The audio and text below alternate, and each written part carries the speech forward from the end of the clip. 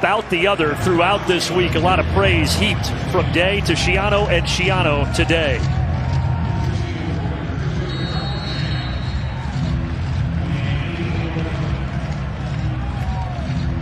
It's Dominic DiMaccio to kick off for Ohio State. Senior Blake Hallbill still battling a groin injury. He left the Penn State game with that issue. So DiMaccio, the walk-on, gets us started. And off we go. A high but short kick taken at the 7. And look at this. They throw it across the way to Bo Melton. Melton, their star wide receiver, taking it out near the 35. And James, we were talking this morning about Rutgers needing to find some way to manufacture a spark. That's a good start. Yeah, if you're Ohio State, you have to have your antennas up all game long. If you're Greg Schiano and Rutgers, you're trying to find ways, trick plays. How do we take advantage of the surprise element against the Ohio State Buckeyes? And you see that from the opening kick return, trying to do an old Tennessee Titan. That was like the Frank Wycheck play back in the old AFC title game. And Noah Vedral comes out to start things at the 36-yard line. He's going to keep it. Had the option, did not give it to Pacheco. And a decent start with a 4-yard gain. But Noah Vedral, he has been struggling, especially last week. You see the numbers, James, 3 interceptions in the loss to Indiana. Yeah, and against Indiana, he really stared. He stared down his wide receivers, which led to those interceptions. He's got to get away from that habit here tonight. Little pop in front to Aaron Cruikshank, the Wisconsin transfer, who's got a lot of speed. He's a great kick returner. And a good start for Rutgers, 2 plays and a first down.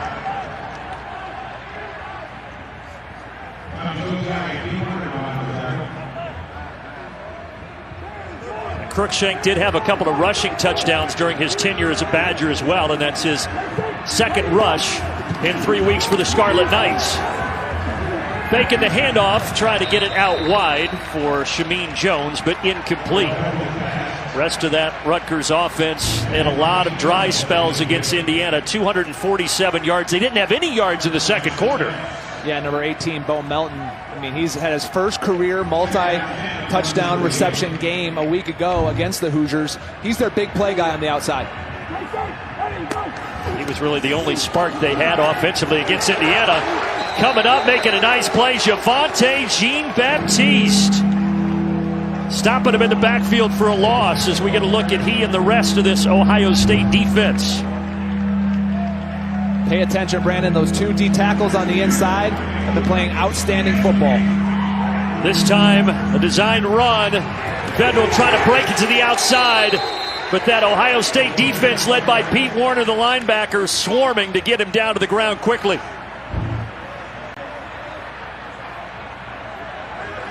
Senior linebackers, Warner, Tuff Borland, Baron Browning, those guys fly all over the football field. And a ton of experience. I mean, this is Tuff Borland's 47th game in his career, which is, I mean, it's amazing. That's a lot of football. Those 3 have played together for a long time here. A lot of experience, and they need to play well. This Buckeyes defense is going to continue to elevate. Third-year starter Adam Corsack. And Garrett Wilson will collect it right around the 10-yard line. And now here comes that man, Justin Fields, the Heisman hopeful. So far this season, you see the numbers.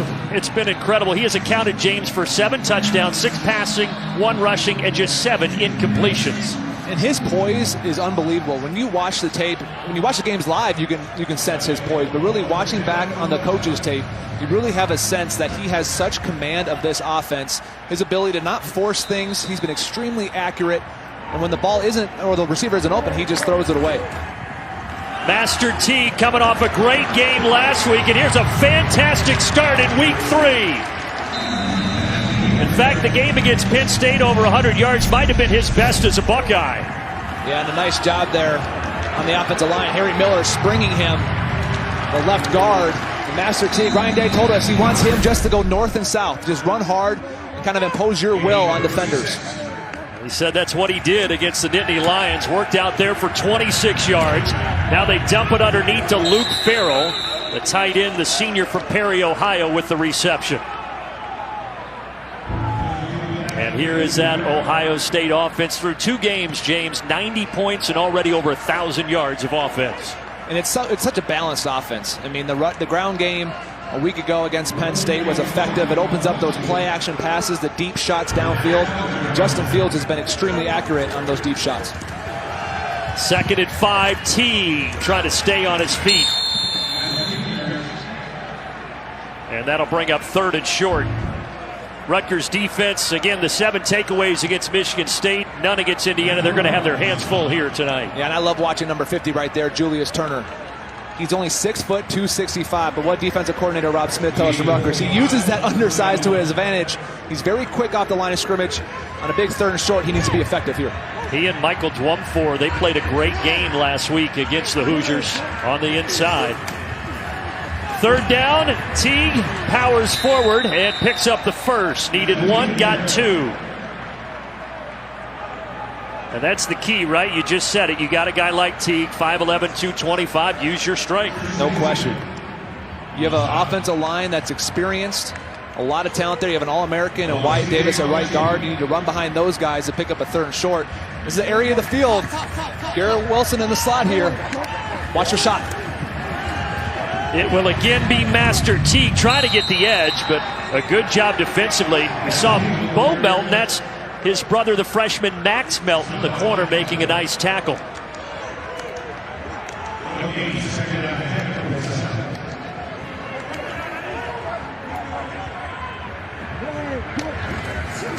Second down at 10. Fields, clean pocket. And down inside the 40-yard line. Look who, Garrett Wilson, his 19th catch of the season. He had 11 of them last week. The move from Garrett Wilson from the outside to the slot has been one of the biggest moves Ryan Day has made in his young career at Ohio State. He's really just become an electric player. He's right here in the slot. And the ability to get one of your most talented wide receivers on a lot of times the 3rd defensive back of the opponent's defense, that's a big advantage for Ohio State.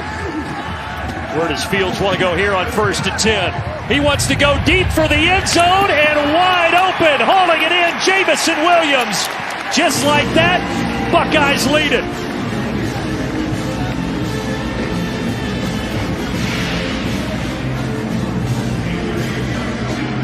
.38 yards, Fields to Williams. Well, Williams just runs a little out and up. It's 2 through the zone. Nobody accounts for him. He's wide open. Just says, I got to look this in and secure the catch. The sophomore from St. Louis, his first touchdown grab of the season, 2nd of his career. And Ohio State, like they usually do, making it look pretty easy in the early going. 2 plays of over just 2 minutes and 51 seconds. The final touch, Justin Fields to Jameson Williams from 38 yards out.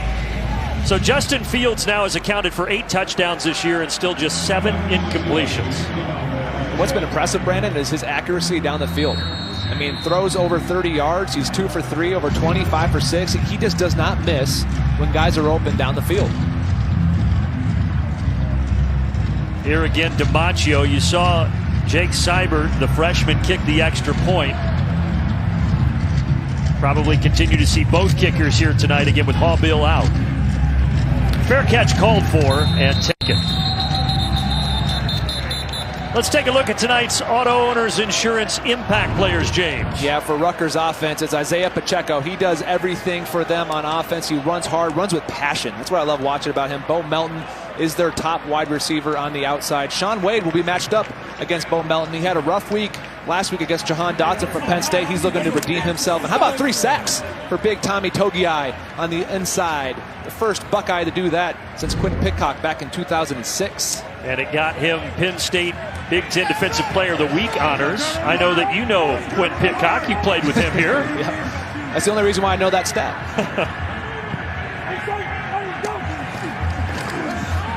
Faking the give, and Federal tosses it out. That's a pretty easy pitch and catch. Dancing around, a flag comes in here as Shameen Jones gets it to the 35-yard line, but we'll have to check back around the line of scrimmage where the flag came in.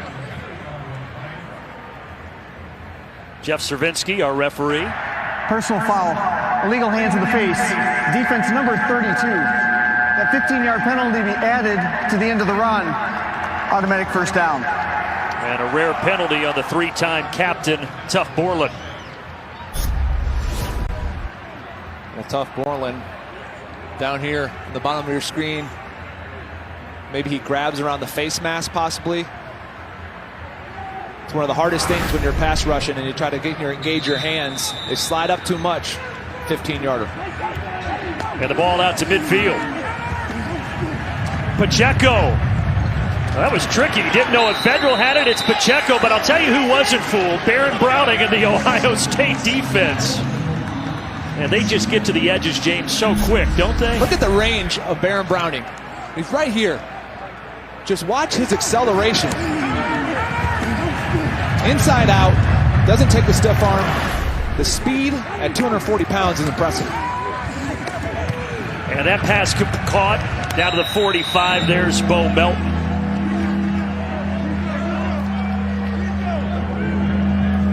So a third down coming up here for Rutgers. If you're Rutgers, you got to expect man coverage from Ohio State. In a third and medium, typically man coverage, try to get out the field, get some pick routes over the middle. See, they've struggled on third down conversions for the first two games. Here a little reverse, Cruikshank. He's the speedster. Oh, he stayed on his feet. Down the sideline. What a play by Aaron Cruikshank. They flipped him over but forgot to put him on the ground. Good awareness by Cruikshank. He knew right away that he didn't touch the ground. He keeps going. And if it's not for Shaun Wade's effort, that's a touchdown. Pete Warner thinks he has him down. They said they wanted to get Cruikshank involved in different ways. They've done that early. And here's another way to get him involved in the pass game, and Cruikshank again refusing to go down. And it'll be a first and goal for Rutgers inside the 5. Well, we mentioned that Greg Schiano was going to pull out all the stops, and now Noah Vedral going off the field. This is where Johnny Langan comes in. Watch the quarterback powers. They've shown QB power a bunch. Don't be surprised, Brandon, if they go with a little play action, maybe fake quarterback run. It's all they've shown so far this year is a lot of QB run with Johnny Langan in. Well, Langan, he had 2 Wildcat runs, a catch and a reverse pass in the Indiana game.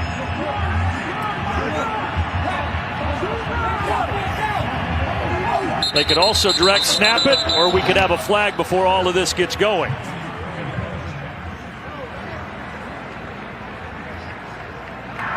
Offside. Defense number 52 with contact to the offensive team. Half the distance to the goal. Still first down. That's on the senior Antoine Jackson.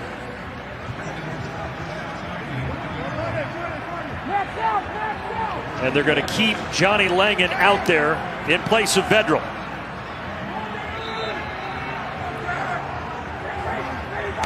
They snap it to Pacheco. Pacheco. No gain, maybe back a half a yard or so. Yeah, I think Rutgers just got a little too cute there. You bring in Johnny Langan. He's 6'3", 223 pounds. You try to do the direct snap to Pacheco instead. But when you have a big quarterback like that, you pick up the extra blocker. You ensure that you're getting your big quarterback, last year's starting quarterback, one-on-one with the defender. Now he and Vedral are in the game at the same time. Yeah, Pacheco goes off. So we saw this a couple times against Indiana. They split Vedral out. Motion him across, and now it's going to be Langan. Here's a flag as he stretches out and gets in, at least for the moment. It's a Rutgers touchdown.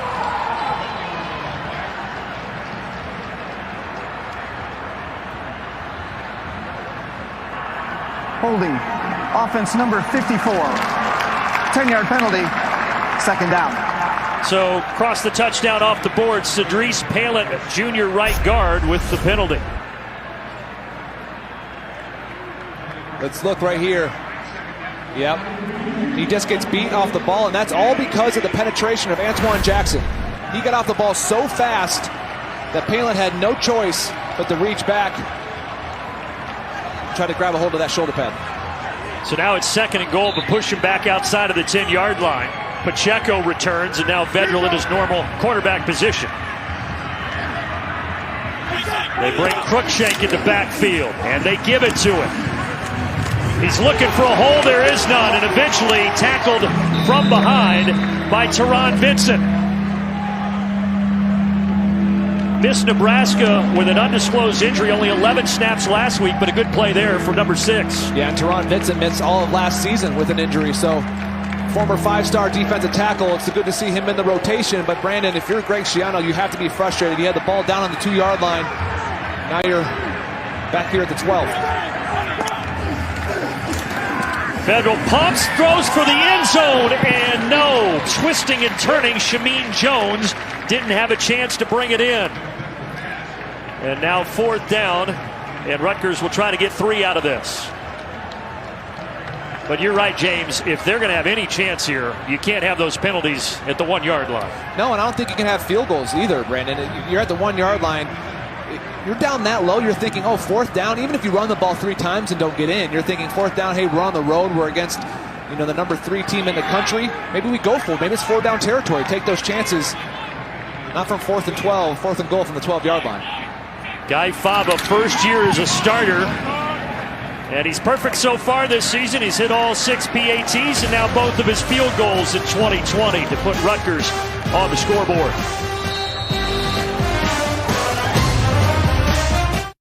And then Brendan White, the former Buckeye, the former Rose Bowl MVP for the Buckeyes against Washington, has really made a big cultural difference in Piscataway. Justin Fields throwing and completing. And out across the 35-yard line, there is Olave, who you just spotlighted. So we've seen Wilson, Olave, and Williams all get into the action in the receiving category. And you talked about it, but against Penn State, 2 touchdowns, 120 yards for Olave on 7 receptions. Now here's a handoff to Garrett Wilson. He can do this too. Was that a face mask? A flag does come in here. Right at the end as Wilson got taken down to the ground. Yeah, it looks like it's Trey Avery. That left hand gets hooked right there, and that never looks comfortable. I've never gotten face mask though. Personal foul. Face mask. Defense number 21. The 15-yard penalty be added to the end of the run. Includes an automatic 1st down. And you noted Brendan White being a transfer. Trey Avery was a guy who actually originally signed with Ohio State back in 2016, but never got here due to academic issues and then wound up at Rutgers.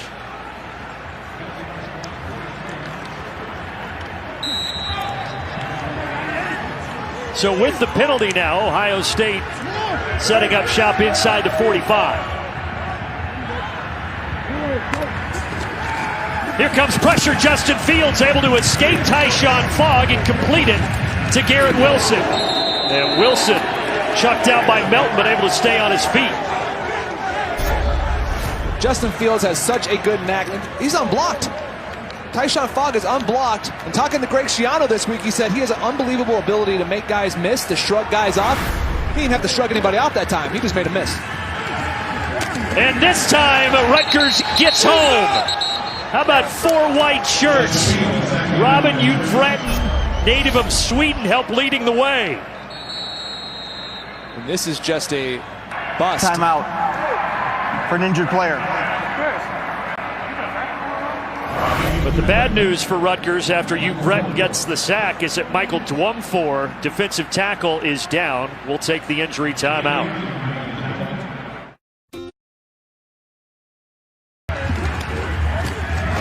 Third down and 8, and that's not going to get much. Fadukasi with a tackle, and now 4th down coming up for Ohio State. It looks like the offense might be staying out there. Fadukasi has such a good feel for the linebacker position. When you turn on film of him, he's always around the football. Talking to defensive coordinator Rob Smith, he said that he really just has a knack for it. And a nice job meeting Sermon in the hole that time. Looks like forcing Ohio State. They changed their mind, Brandon. Look at the punt. Yeah, they kept the offense out there momentarily. 4th down and 7. Ryan Day saying when we go for it on 4th down, usually those are the calls that we think about before the game, and you come into it with a plan, and here he's going to punt it. Rutgers first is going to take a timeout. Timeout. Rutgers, their first of the half. Full media timeout. 7-3 Buckeyes, 3:44 opening quarter.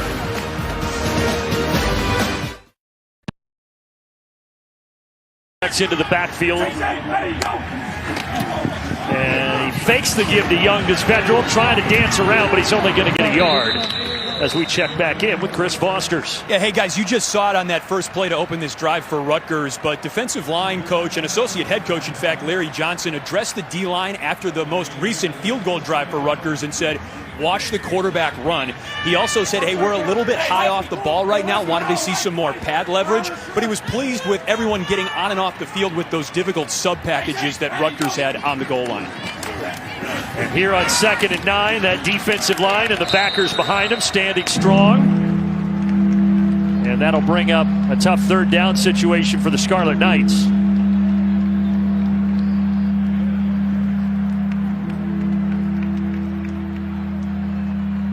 Noah Vedral, such an issue passing last week. He really struggled with 3 interceptions. He's 4 for 6 so far here this evening.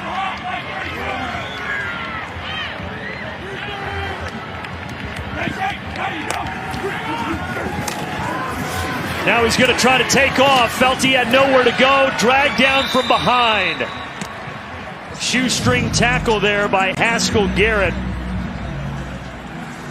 And that will set up a 4th down situation now, and Rutgers will have to punt it. Yeah, Haskell Garrett saved an explosive play that time. Pete Warner came unblocked on a blitz, had a chance. Noah did a nice job of getting away, but Haskell Garrett staying alive by the shoestrings, getting him down, because if he does not, it's man coverage behind. He could have ran for a big chunk. Talked about the impact Haskell Garrett has had this year, and Chris mentioned Larry Johnson, defensive line coach. A lot of fans were worried, would that D-line be a weakness? Well, at least the interior certainly has not been a weakness so far this year for Ohio State. That was a close call. Corsack did get it away, and now here's the return from Smith and Jigba, the talented freshman. Speaking of talented players, Justin Fields off to a good start. Absolutely. How about 87% coming in? Let's just go 5 for 5 so far in this ball game. A wide open Jamison Williams here, and he is just in command of this offense, in rhythm. Ryan Day saying sometimes he even has an urge to call plays that maybe they didn't practice a whole lot during the week because he has such a good understanding of the offense. He trusts them in that way, and you can see how well he's playing already tonight. 5 for 5, 79 yards, and a touchdown. That's 5 completions to 4 different receivers. 8 touchdowns accounted for, 7 passing, 1 rushing. More than the 7 incompletions he's thrown all year. Master Teague getting escorted toward the sideline by the linebacker Tyshawn Farr. But Justin Fields, you mentioned the comfort level in the offense, and yeah, Ryan Day will give him a couple of plays and let him choose from them.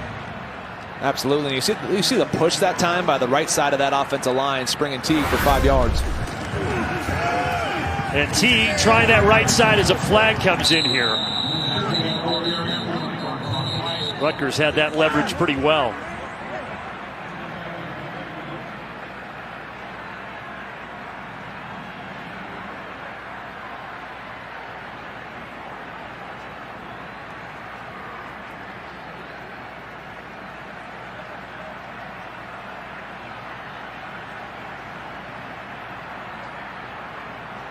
Now they got it sorted out. Here's Jeff Cervinsky. Offside. Defense, number 71. That 5-yard penalty results in a 1st down. And that's on Aaron Lewis, the freshman.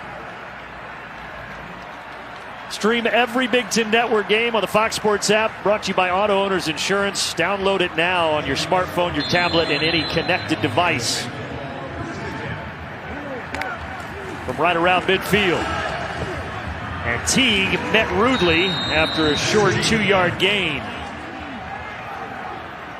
Master Teague, 6 carries, 38 yards so far.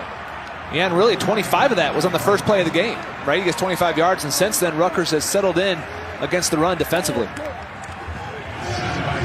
So back to the air and back to Chris Olave, spinning forward.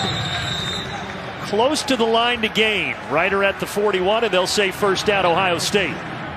Yeah, and this is the area of the field where Ryan Day likes to take a shot to the end zone. Where's Chris Olave? Where's Garrett Wilson? This is where when you do 12 personnel, both tight ends, it means 2 tight ends, 1 running back. They're the 2 talented wide receivers up top. And Fields fakes the give to Teague. He's looking that direction. And it is caught inside the 10-yard line by Garrett Wilson.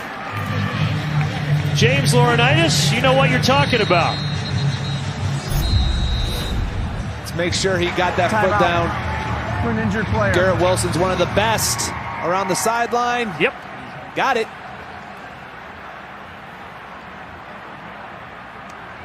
34-yard catch. And Ohio State is in business with just 6 seconds left of the first quarter. And Dwumfor, remember, he went down last series with an injury. And once again, the Michigan transfer a little slow to get up here. Another legend from Ohio State, 3-time All-American James Laurinaitis. But you've lost some weight since then, partner. Yeah.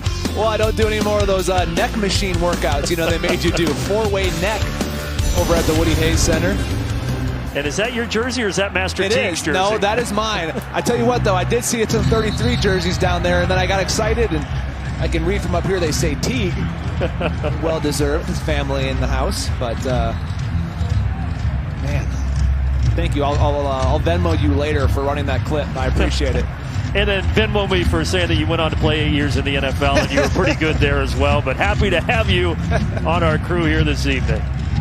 And we will have these Buckeyes again next week against Maryland. Maryland with a big win today. Took care of Penn State. Wow, absolutely. And a big recruiting win for Maryland. Not only for the program build, but those 2 programs recruit a lot of the Northeast, a lot of the same kids. Big win for Coach Loxley.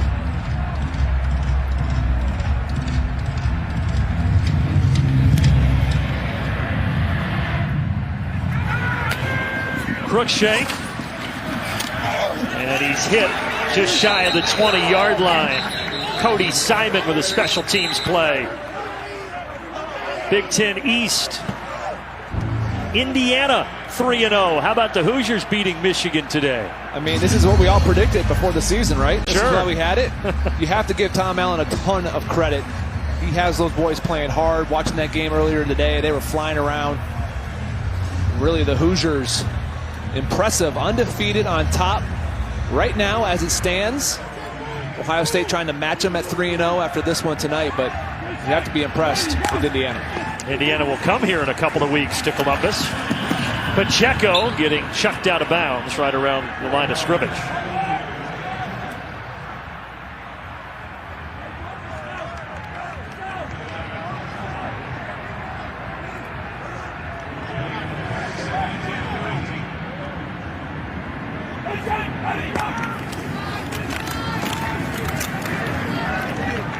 So now you're going to be dealing with a 3rd and 7 after a 3-yard gain there from the junior Pacheco. Yeah, this is not what offensive coordinator Sean Gleason wants to be in. You don't want to be able to run the football twice and only get a couple of yards. These 3rd and longs against this talented Ohio State defense, this defensive line that's been effective. You don't want to get in these situations. Rutgers so far 1 for 4 on 3rd down. And as we said, just 31% coming in. Vanderl hit as he tried to release it. Incomplete. Tyler Friday laying the lumber. He's a New Jersey native from Don Bosco Prep. Tried to set up the screen. He's on the right side of your screen. Just gets an unbelievable get off. No match for Giovanni Haskins, the tight end. A lot of times on those screen passes, you want the D-line to get upfield. Kind of trap them a little bit, throw it behind them. Problem is, Tyler Friday just had a little too much burst for them. Got there too quick. He's just an eyelash away from his first sack of the season, the junior.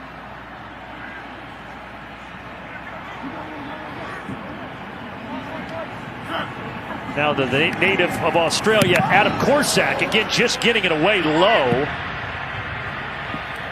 And it trickles out of bounds inside the 35. 13:46 left in the half. A number 33 jersey. Is it Teague? Is it Laurinaitis? Hey, it's both.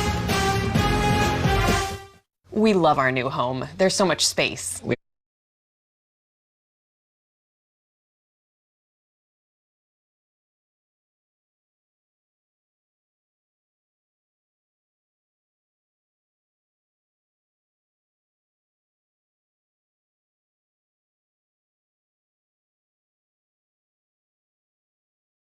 Gives a lot of flexibility for Ryan Day. Here comes some pressure, just flipping it up downfield, but incomplete in the direction of Garrett Wilson. But Justin Fields just had to get rid of it.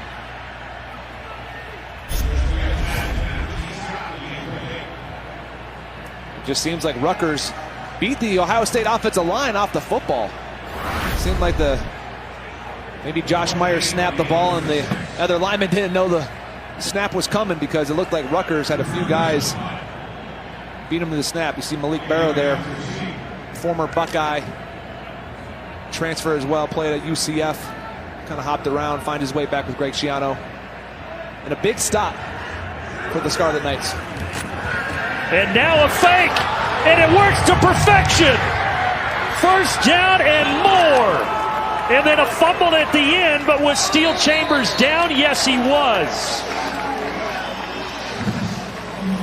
Rutgers was not ready for that. Chambers took it and goes 37 yards, and Ohio State keeps the possession. Yeah, Chambers is at the up back there and just takes the direct snap. The ball was fumbled forward. The ball's brought back to the spot of the fumble. First down. We came in tonight thinking that Greg Schiano was going to do a bunch of trick plays. He opened up with the opening kick return. But how about Ryan Day? Ryan Day and Kevin Wilson, the offensive coordinator, both said that they respect the opponent. Second charge. Team timeout. Rutgers of the half. Full media.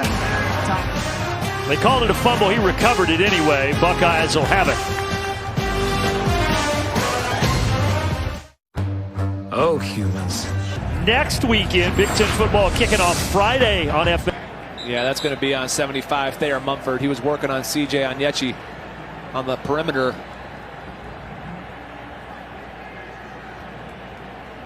Offside. Defense. Ooh. Number 50 lined up in the neutral zone. 5-yard penalty. Repeat. First down. My crystal ball is gone. Julius Turner. You know what? Why don't you just pack your stuff up? And I'm gone. I'm out. Greg Schiano on the sideline. Again, defensive coordinator here, 2016 to 2018. And then going back to Rutgers, where he had so much success from 2001 to 2011. And he is a Jersey boy, born and raised. Trying to keep this one close. Ohio State trying to add to their total. And Sermon is just tripped up. He knew if he could have broke that from Christian Izzy, and he might have been able to go the distance.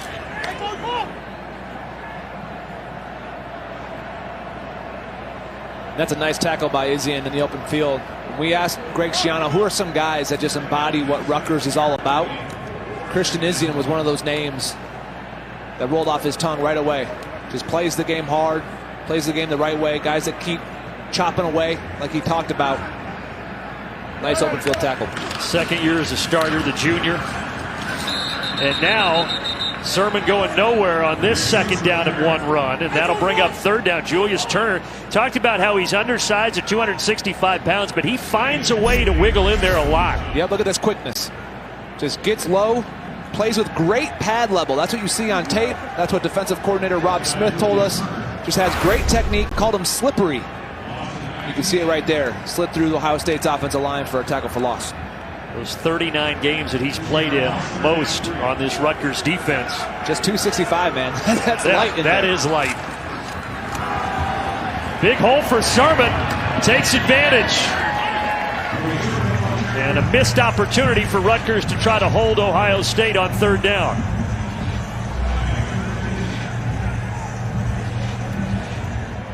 Trey Sermon with a 13-yard gain. The Oklahoma grad transfer. Gets the call again. You know, coming into the season, Kevin Wilson said, I'd like for Teague and Sermon to split carries, but really Teague's been getting about 65 to 70% of them on the year. Yeah, and Ryan Day telling us that he really helps them stay ahead of the chains. You know, they're used to getting 4 or 5 yards when Teague carries the football. Here it's off with a play fake to Sermon for the end zone and hauled in by Chris Olave. Touchdown Buckeyes. He had 2 last week against Penn State and now 1 here tonight in week 3. Well, Chris Olave does a great job working back to the football, Brandon, because I think Christian Izzian thought he was going to have an interception. Look at where that football was placed. We talked about the accuracy. Unbelievable job by Fields. That's now 38 touchdowns and only 1 interception in Big Ten regular season football games for Justin Fields. I'll be honest, when the ball was in the air, I thought it might be intercepted. And then when it was getting closer to Olave, I said, well, that's Justin Fields. That's Chris Olave. They're smarter than me. They'll figure it out. And sure enough, they figured it out.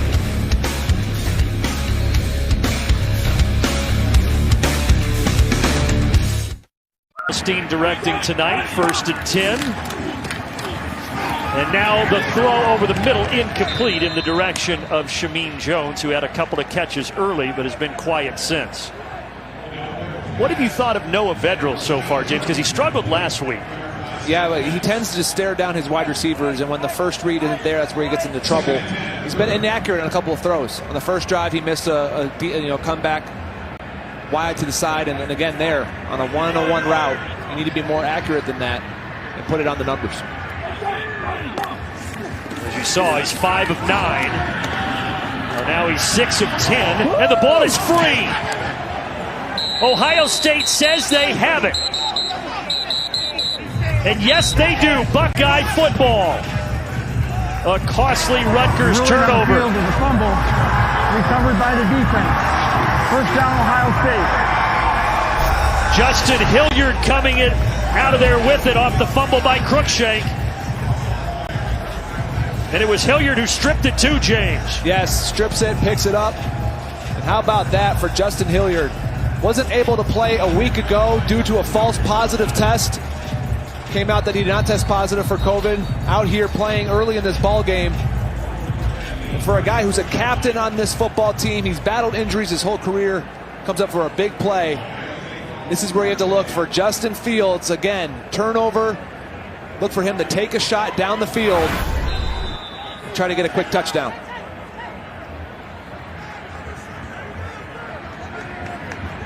Steele Chambers, who had the fake punt run, has not had a carry in normal situations here, and the play action keeps it that way as Olave hauls it in and then is stood up by Trey Avery. We got a flag coming in back around the line of scrimmage.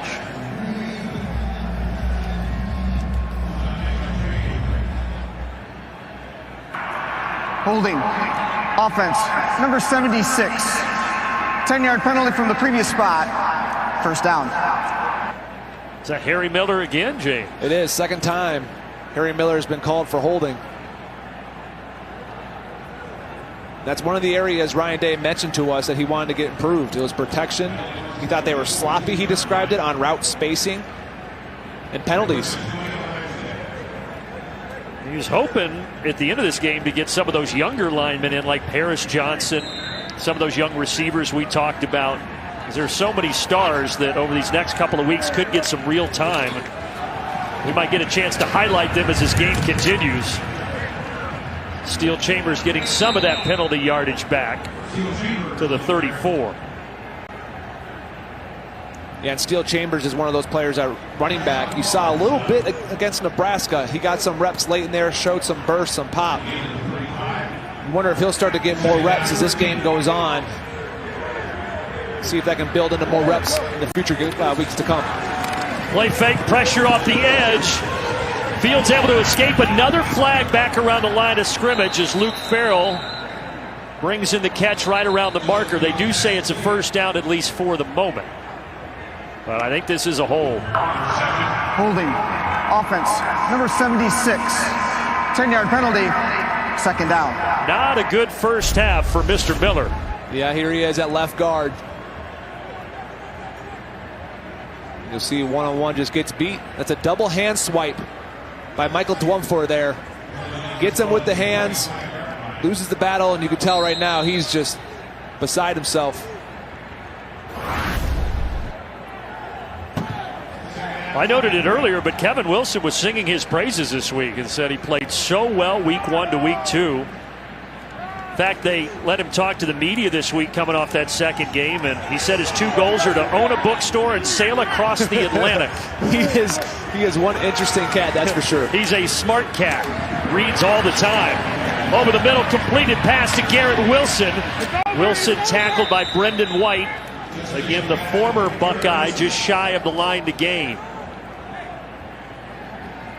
Well, you want to own a bookstore and sail across the Atlantic, though, don't you? Absolutely. Look, Harry Miller is so well-rounded as a human being. I mean, the more you read on him, I think that they should let him go to the mic every week, quite honestly, because he is just fascinating.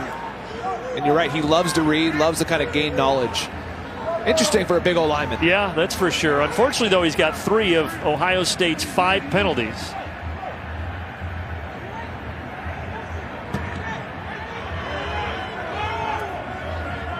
Watch the play clock here.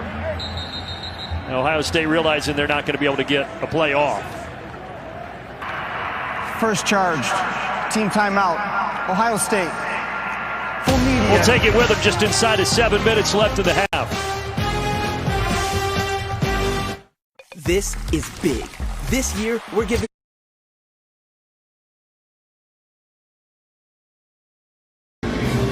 Well, Olave had one earlier. It's only natural that Garrett Wilson gets one now. Let's make sure he got the foot in bounds. Look at that beautiful spiral. Accurate. He got 2. He'll have to do that someday at the next level, I promise you that. Yes, he will. Get some practicing.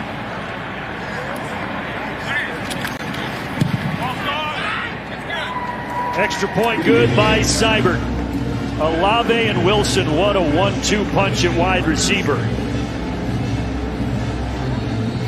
And Garrett Wilson, 5 catches, 87 yards. Side of the field. And there you see he's just scraping, making a nice tackle on Langham, but his ability to get out, now he's down on the line of scrimmage here. And you have to wonder, are they going to send him on some kind of pass rush as he's down there on the bottom of your screen in that 2-point stance. Now Noah Vedral back at quarterback instead of Langan. And Vedral looking for Pacheco, and it went right through his hands.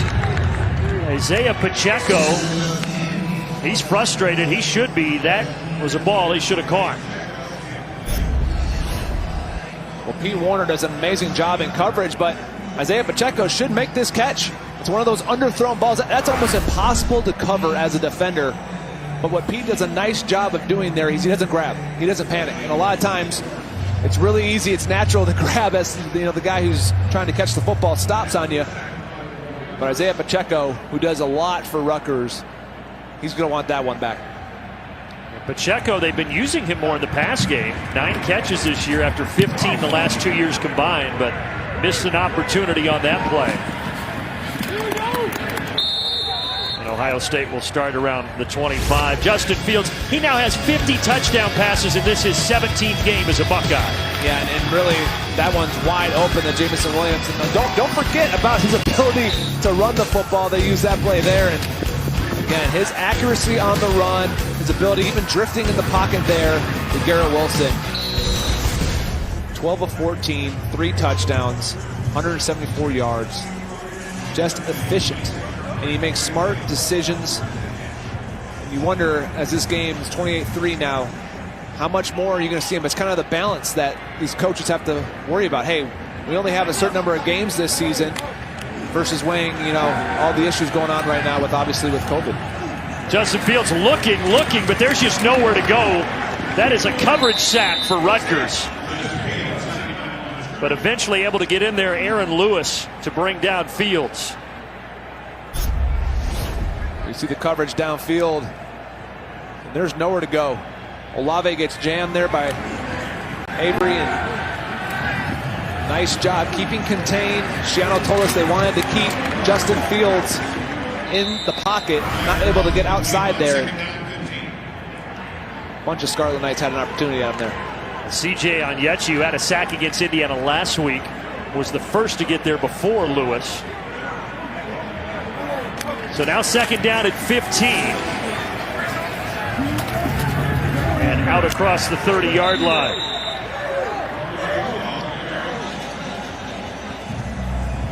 DeMario McCall. That's a guy that He's kind of slipped down on the depth chart, but getting the carry there for Ohio State.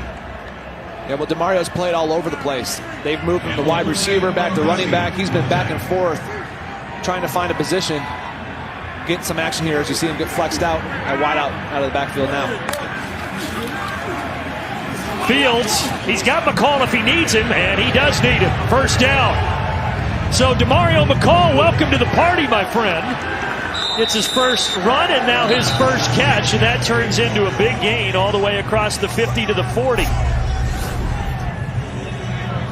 Well, there's McCall in the slot. He's open. You see the natural rub route there. But that's all because Justin Fields is able to move on an unblocked player. Look at this. He sets him up. See how that little step up inside? He gets the defender to commit. Timeout. Rutgers, their third and final of the half.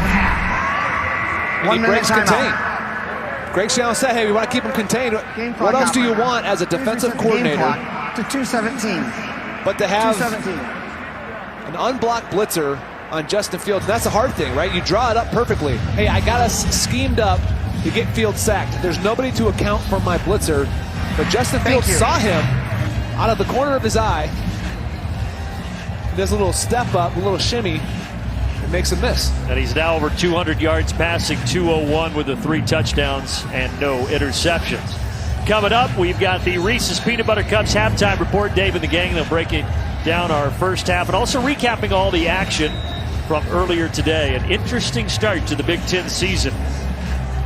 Northwestern looking good, and Iowa, after a couple of rough weeks, they totally flipped the script today against Michigan State.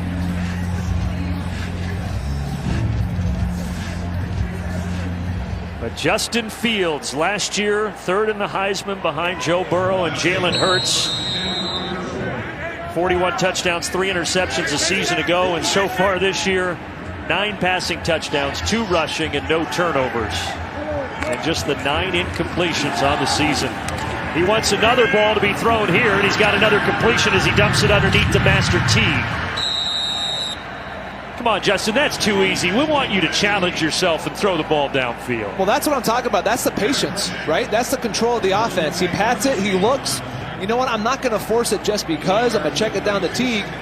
So instead of forcing it, maybe an incompletion, now you got 2nd and 2. You're ahead of the chains. And now you've got first down and a lot of room for Master Teague. Easy as Ohio State continues to operate efficiently. They're over 320 yards of offense. He's so decisive right now and so fluid in this offense. Making quick decisions. He knows exactly where to go with the football. If the first read isn't there, he doesn't panic. Good read here. Hands it off. Master Teague does the rest. 225-pound back goes rolling into the end zone as Ohio State is opening it up.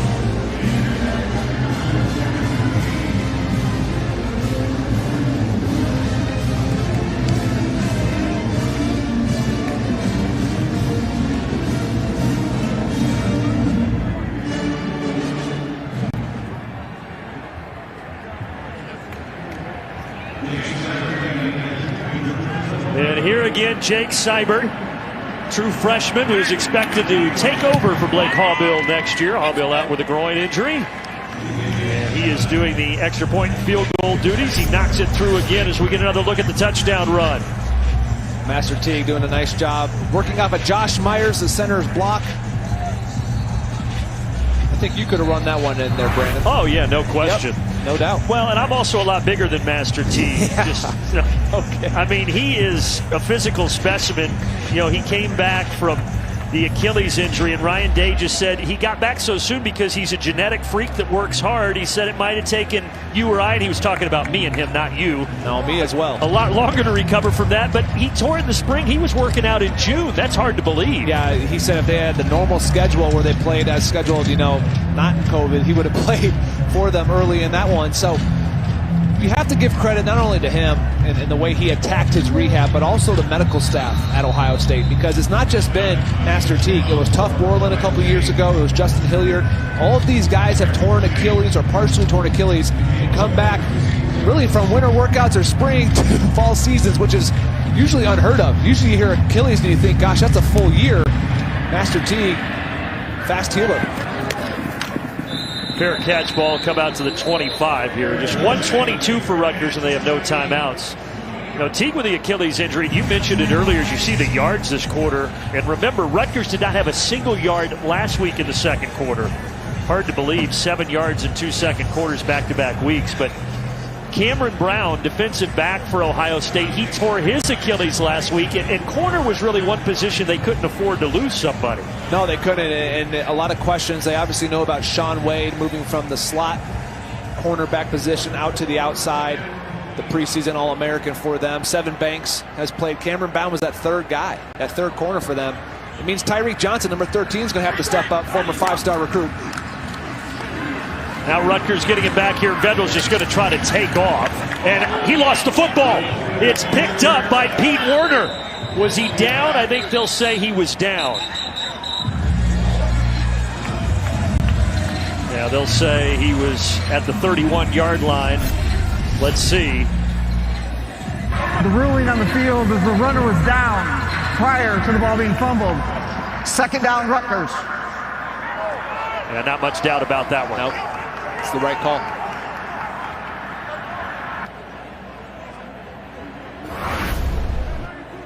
So Rutgers keeps the ball here as they try to mount some kind of a drive just to take any momentum they can into the locker room. But Greg Schiano, not the welcome back to Columbus that he was hoping for here through the first 2 quarters.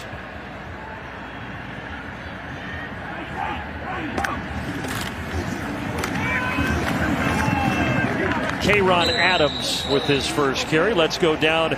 And with more on Noah Vedral, we check back in with Chris Fosters. Yeah, guys, thanks. It looks like Ohio State is doing a much better job keeping Vedral's legs in check. And remember, Ohio State's had a lot of time to see him on film. He transferred to Rutgers very close to the start of the season, and Ohio State, frankly, expected to see him week 1 as the starting quarterback for Nebraska. So they had a good chunk of the preseason devoted to film on this guy. And here we are in week 3. They've made some adjustments after that first drive. Yeah. Timeout for an injured player. Timeout here for the injury as Sam Vretman is down for Rutgers. Now he gets up. But Chris, to your point, I mean, Vedral popped on the transfer wire, the portal, because he was finding himself behind Adrian Martinez, Luke McCaffrey. He had actually never even been to New Jersey before he got the call from Greg Schiano during quarantine, and they had a talk. He ended up committing. An official visit over Zoom? Yeah, that's what it was. Greg Schiano actually taking that call from here in Columbus, where he still has a house. Good tackle on the outside there by Baron Browning. That's your Where's Waldo guy. Clock down to 10 seconds. Low snap, and now Vedral on a bit of a busted play is swallowed up by Tough Moreland.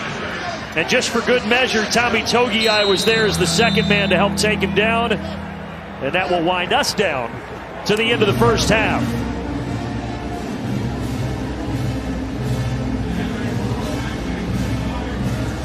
(35-3), Buckeyes dominating. By the way, later on in the half, For COVID, then, do we have a backup quarterback or a third?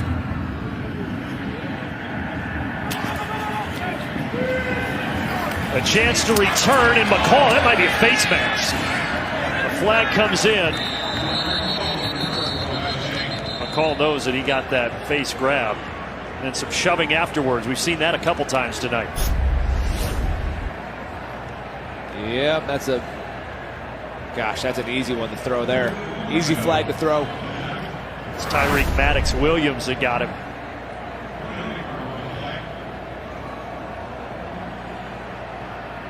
One of the linebackers. Personal foul. Face mask. Kicking team number 9. 15-yard penalty will be added to the end of the run. First down and 10. Let's go down to Chris. Guys, 35-3 as we start the third quarter. Remember, it was only 7-3 Ohio State after one, and a big turning point in the second quarter came on that converted fake punt by Ohio State. I talked to head coach Ryan Day about that. He said they knew that Rutgers was playing aggressive on defense, decided to take advantage, and that was something that they installed in practice this week, and it worked to perfection. Really flipped the script in the game. And this drive starts to perfection. Garrett Wilson on the receiving end, and now he is over 100 yards for the third consecutive week, his sixth catch of the night.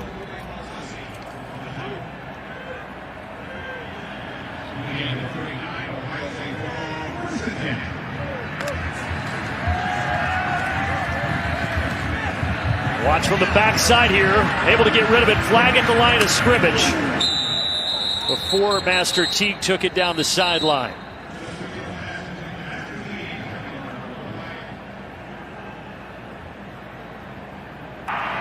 Holding. Offense. Number 52. 10-yard penalty. First down. Well, we've seen several on Harry Miller. Now the other guard, Wyatt Davis. Justin Fields in the first half. Those numbers are impeccable. They are. I mean, it's hard to even describe it any other way, Brandon. And to his top two targets, Olave and Wilson. But everybody's gotten into the act. The 5 Ohio State touchdowns are by 5 different players here tonight. That just tells you that, look, he's making the right read, right? He's not just trying to force feed it. He has unbelievable talent. We've talked about him a lot so far in this game with Olave and Wilson. We saw Williams, who I know that they're very high on as a staff. But he's spreading the football around. It means he's making the right read. He's throwing it to the open receiver or running back sometimes. Talked about the command he has of this offense and the trust that Ryan Day had in him last year, yes, but this year it's on steroids how much he trusts number 1. Able to somehow stay upright, but a good job batting that down by Trey Avery, the corner, in front of the tight end Luke Farrell, as we go back down to Chris. Yeah, fellas, just listening to you discuss wide receivers, and I think with the dynamic duo that we're seeing develop in Chris Olave and Garrett Wilson, this is where you see Ryan Day really start to put his fingerprints on this program. Remember Ohio State's wide receiving core, and James can certainly attest to this, more platoon. I mean, they'll rotate in 6 guys most years. That's why a guy like Michael Thomas never cracked the 1,000-yard receiving mark at Ohio State. Starting to see some differences as this offense really emphasizes alpha and beta, Olave and Wilson. 2 good ones, that's for sure. Let's see if Fields is just going to tuck it and run. He will. So that'll make it 4th down. But, you know, there's only been, to Chris's point, 5 receivers in Ohio State history that have had 1,000-yard seasons. Both Olave and Wilson are on track for that in a shortened season. That's the most impressive thing, right? The shortened season, and you look at some of these names right here that have come through Ohio State. And look, there's been guys who are extremely talented. We mentioned Santonio Holmes, Teddy Ginn, Anthony Gonzalez. We mentioned Michael Thomas. A lot of people have played wide receiver here. Really good. Really good. And yet, Olave and Wilson are putting up a good resume. There's some young guys behind them that we will probably see more of as this game goes. And that was a beautifully executed punt by Drew Crispin.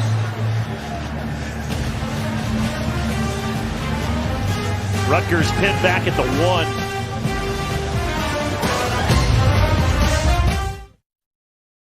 The punt puts Rutgers back at the 1-yard line. Only the 6th time Ohio State has punted all year, and they have 16 offensive touchdowns. Put that into perspective. Rutgers just looking for a little breathing room after the great punt by Crispin, and that'll get them a yard or 2. Now they're trying to hurry up.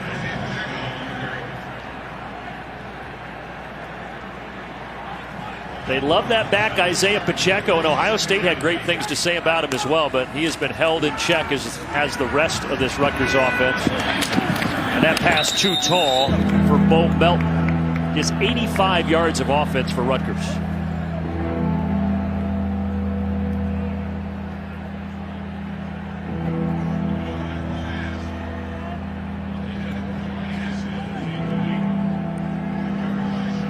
You know, Brandon, we mentioned guys who are going to have to step up in the secondary.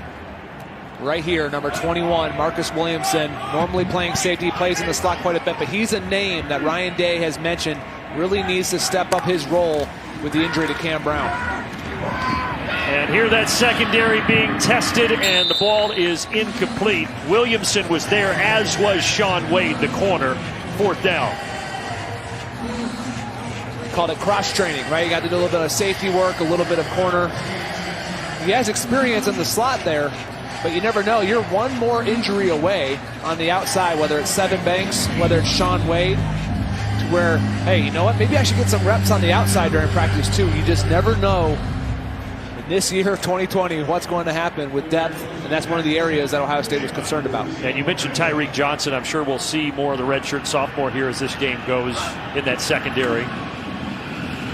A running punt from the back of the end zone by Corsack. And Wilson running in the wrong direction. And now he gets a block and makes something positive out of it as Ohio State will begin in plus territory. And Garrett Wilson taking a second here to get off the turf. We'll check back in on him after this timeout.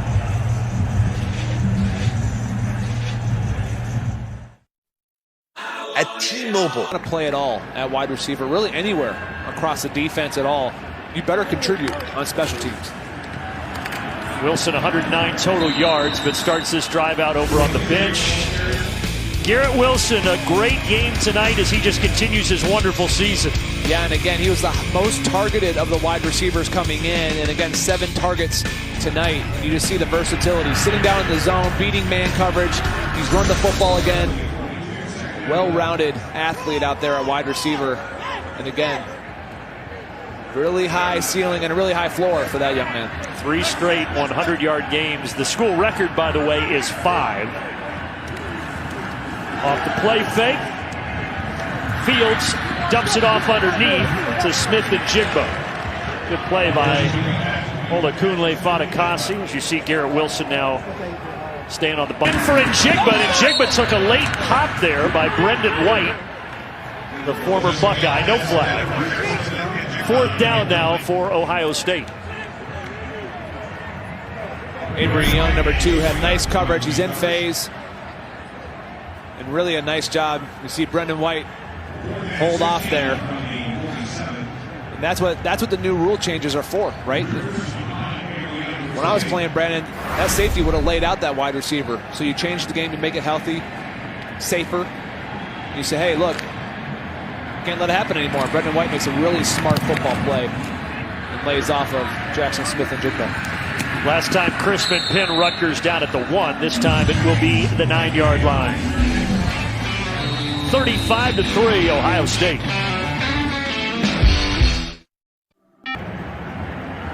The Indianapolis Colts. And Vedral escapes and stumbling his way to a 1st down carry.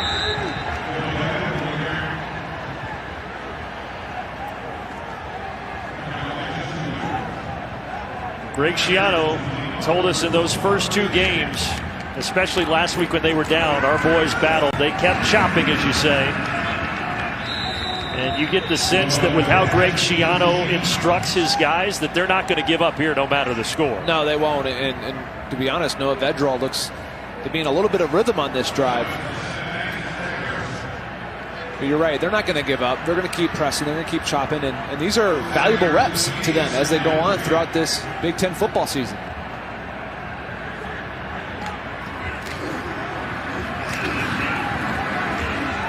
Not much there, so that'll make it 3rd down and 1.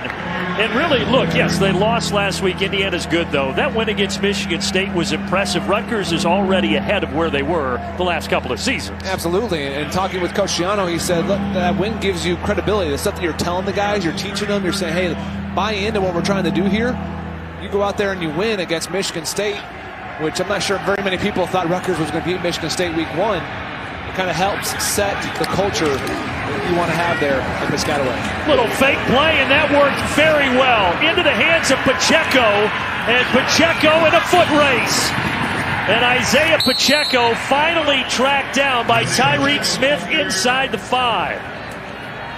Or rather, that was Proctor who tracked him down. But that is a Big Ten standout presented by Auto Owners Insurance. Yeah, Pacheco just takes the direct snap. He's lined up in the tailback position, but he jumps in front of Vedral. Vedral acts like the ball goes over his head. What that does, messes with the eyes of the linebackers. Pacheco gets off the races. 66 yards on that play. And prior to that, Rutgers only had 106 yards total on the entire ball game. Federal. Another trick play. How about this? Throwing it back to the left to the big man, Raekwon O'Neal, the left tackle. And you may have guessed, but that's his first career touchdown.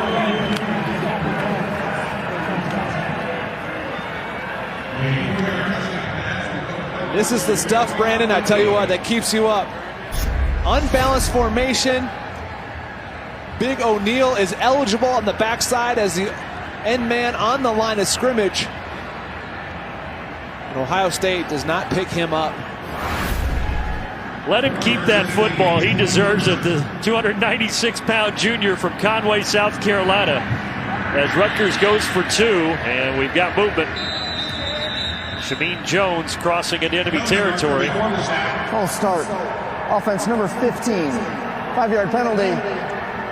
One for the try. We'll see if Greg Schiano still wants to go for two.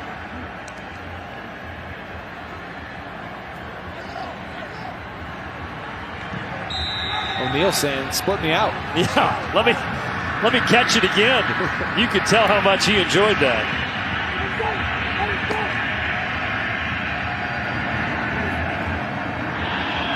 Look for Bo Melton right there. He's their best wide receiver. And they give it to Melton. He gets away from one, but he's still got a long way to go. And now he throws it, and it's incomplete. He was trying to get his quarterback, Federal, on the receiving end. My. Greg Schiano opening up his bag of tricks. Well, he tried to go for three in a row. The first two worked. Isaiah Pacheco on the direct snap sets Rutgers up deep in Ohio State territory. And how about a little roll right, unbalanced throw to the big man, Raekwon O'Neal. Celebrate, big fella.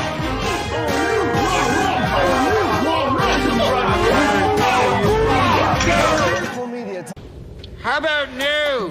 No. Kick. And it's down on the ground free, but it looks like Ohio State was able to pounce on it. Rutgers says they've got it.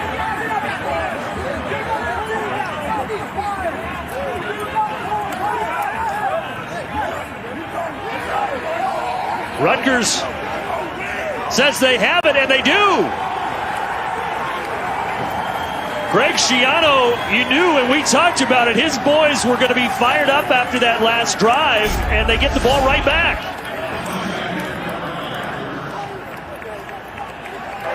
The ruling on the field. This ball is recovered by the kicking team. Rutgers ball, first down and 10. They're going to throw that flag on you every time.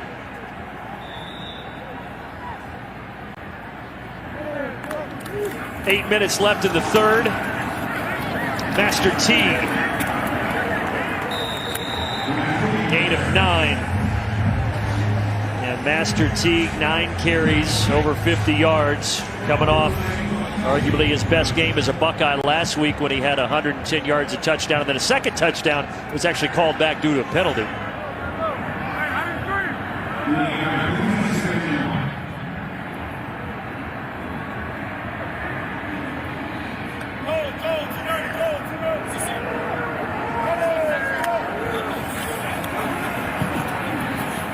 Fields extending on 2nd and 1.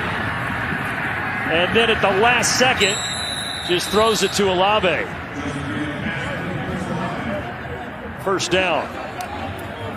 The final drive presented by Auto Owners Insurance recaps the entire day of Big Ten football. It's tonight, 11 Eastern on the Big Ten Network.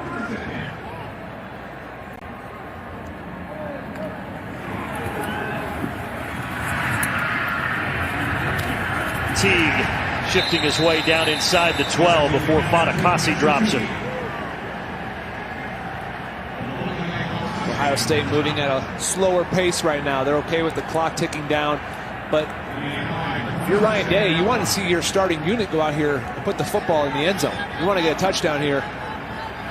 And I'd look for Garrett Wilson right here in the slot. It's going to be Teague. Tripped up by Tyshawn Fogg. Just got enough of him to make Teague stumble. Yeah, because if you're Ryan Day, you were probably thinking 35-3 at half. I'd like to get my guys out of this game by the end of the third quarter, the starters, that is. Yeah, I know. In a perfect world, you have your starters go down the field, you get the ball after half, you go down, get a touchdown, you pull them. Instead, there's been a little bit of momentum. Rutgers coming down with the touchdown, almost getting the onside kick. He's thinking, all right, we got to punch one in here. All right, we got to get back this momentum. Play fake, Fields. Out for Ruckert, and Ruckert right around the line to gain. And that doesn't look like much at home, right, with Justin Fields. But he's looking in the end zone, and he's not forcing it. You know how bad he wants to throw a touchdown pass. He wants to be able to put it in, get on the sidelines, all that. You know what? It's making smart decisions, throwing it to the flat. It's a 2-yard gain, but you know it's first down. Yep, he knew what he had to do for the first, just like he did a couple of plays ago to Olave on the same side. Here's Teague. He has 95 total yards in the pass and run game, but there he's going nowhere. Avery Young slipping through to knock him down. Mentioned the game last week for Teague. You said it earlier, but against Nebraska, 12 carries, 41 yards. A lot of fans a little concerned about the run game after the loss of J.K. Dobbins. It just looks different, right? I mean, J.K. Dobbins would break through the line, and he'd give you that jump cut, and you have to think, hey, it's going to be a home run play. It just looked, Master Teague is more of a wear on you. As the game goes on, that big body is just going to wear you down, and that's what they're going to try to do this season. It looks different, doesn't mean it's not going to be effective. Haven't seen that much from Trey Sermon tonight. Teague's back up 6 carries, 15 yards. Back of the end zone, caught. Jeremy Ruckert with a touchdown. So Ohio State with 6 touchdowns to 6 different players as Ruckert joins the party. Remember, he had a 2-touchdown performance last week against Penn State. Yeah, here's Jeremy Ruckert right here. He's done such a good job at blocking this season. He's also one heck of a wide receiver as well. That's what he was recruited for, a receiving tight end that's learned how to get in there and get nasty and block. His reward, here's a touchdown reception for you. So 3 now on the season for Ruckert. How many weeks that can go on? Well, again, next week they'll be at Maryland. We'll have that game for you here, our crew on the Big Ten Network at 3:30. It's going to be a fun matchup. Maryland coming off that win today, and Taulia Tagovailoa playing so well for them at quarterback. Screen out wide. Isaiah Washington, first time that the sophomore from Jacksonville has been targeted here tonight. The rest of that Rutgers schedule, gosh, James, maybe Indiana's the hardest game. Yeah, that's Ohio State's remaining schedule here. You're right. I think when you look at this, at Maryland next week, you got Indiana, at Illinois. The Hoosiers are going to be the stiffest test, but you're not going to tell any Ohio State fan that one now in December, normally in November, that one isn't the biggest. The Hoosiers might be the best team they'll face, but the biggest is the last one there in December. What a great start, though. Ryan Day. He's 13-0 against Big Ten teams. He's 18-1 overall. Of course, his only loss as a head coach coming in the college last year to Clemson. A game that still stings to Buckeye fans, one that they felt they should have won. And Bedrell is going to throw this. And it is caught and all the way down inside the 35, down to the 30-yard line goes Bill Melton as Greg Schiano continues to show a different style of play here in the third quarter.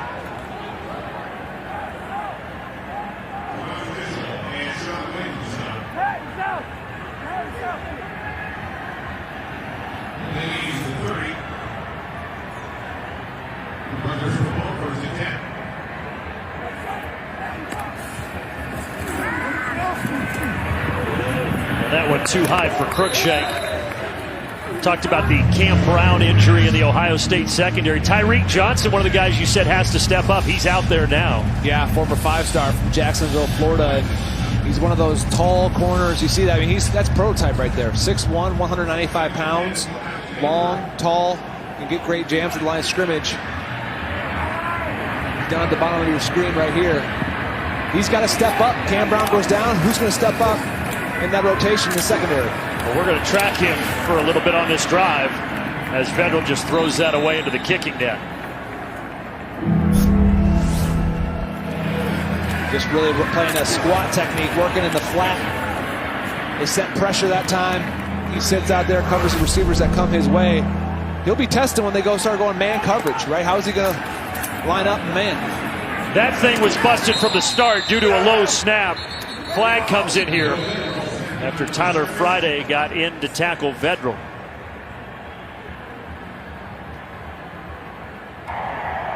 Substitution infraction, defense.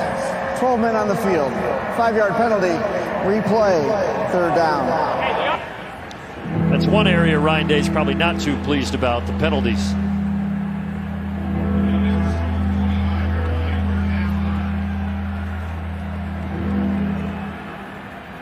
Rutgers only had 11 yards of offense in the second quarter. So far, 128 in the third. Trying to move the football here. Close to a first down, but maybe a little short. Take another look at Tyreek Johnson. I think this time they're in man coverage, but just getting blocked and Timeout for an injured player. And it's Rutgers' Cedrice Palin, right guard from New Rochelle, New York, the junior who was down for Greg Schiano's team.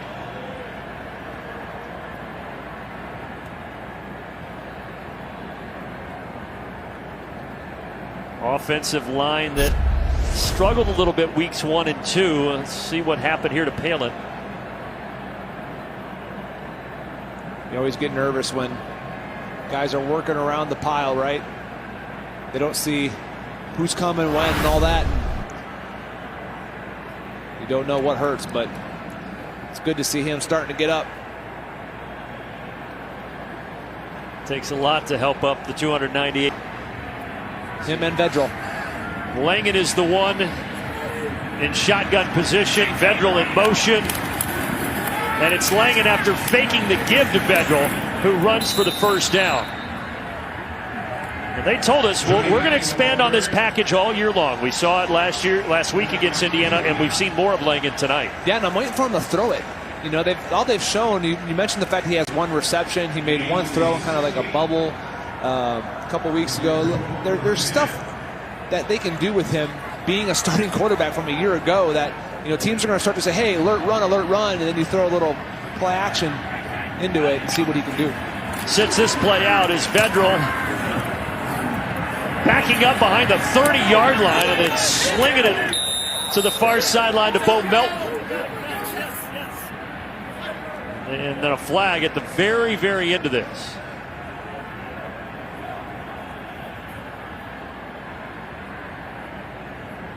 And a hat lost as well.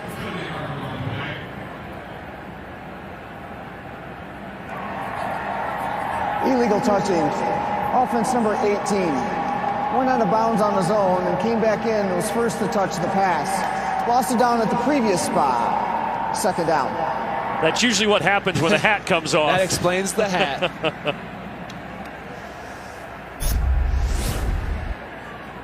Let's see if he steps out here. He's wearing those all-white shoes. It's hard to tell. Yeah, it was close on a couple of the steps prior. And a hard hit there. K-Ron Adams. Tyreek Johnson. He was one of the guys coming over there. Yeah, there's the young man. Get out there. Want to play corner? Get up there and try to get your shoulder into play. The sideline loved it. You can see all the guys over there getting excited for the young man. 6'1", 195-pounder, as you said, from Jacksonville, Florida. 0 snaps against Penn State, but getting some action here tonight. 3rd down and 7. Inside of a minute left in the third. Vedral batted in the air and almost picked off the bat by Zach Harrison. Remember, Harrison was the top defensive end recruit in the nation in 2019. And it was a battle. It was a battle for Ohio State to get him here, the top player in Ohio. And talk about Master T, Barron Browning being gifted athletes. How about 6'6", 265 to work with out there on the edge? He's the next one that when you identify the history of the DN position, Larry Johnson's done a great job. The Bosa brothers, Chase Young. Can Zach Harrison develop into one of those type of dominant players at Ohio State? Well, here's a big 4th down and 7, James. Watch the play clock. They get it off at 1. Langan comes in and he tries to run this, and that is not going to work. Here comes some laundry. Got a slew of flags tonight.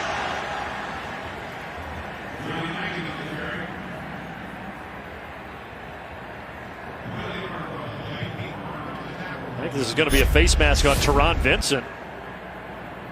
There it is. Personal foul. Face mask. Defense number 6. Half the distance to the goal from the end of the run includes an automatic first down. A little shake of the head from Ryan Day.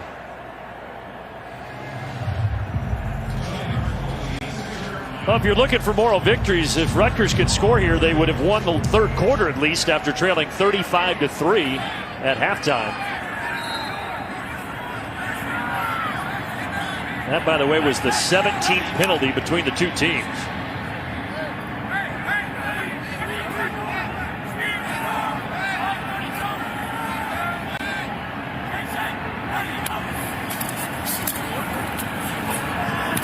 Passes caught right outside of the 5-yard line by Washington, but right there on the play, the senior Shaun Wade. Shaun Wade had a tough time last week because Jahan Dotson made some great plays on him, but he's a very, very good cornerback. Yeah, absolutely. 2 of those catches back-to-back were, I mean, those were wow catches by Dotson. Can't get those back. There's some plays that he'll want back. Talk about one-on-one coverage on some slant routes and such, but Shaun Wade, the projected 1st-round pick, very talented corner for Ohio State. Into the 3rd transfer with his first touchdown. Yeah, and he went up over Shaun Wade to get this one. The tight end, secure, 1 foot, 2 feet, left knee. He's got it all in. And how about Rutgers? 2 touchdowns in the last 2 drives. And that's now 10 on the season after just 6 all of last year in Big Ten play.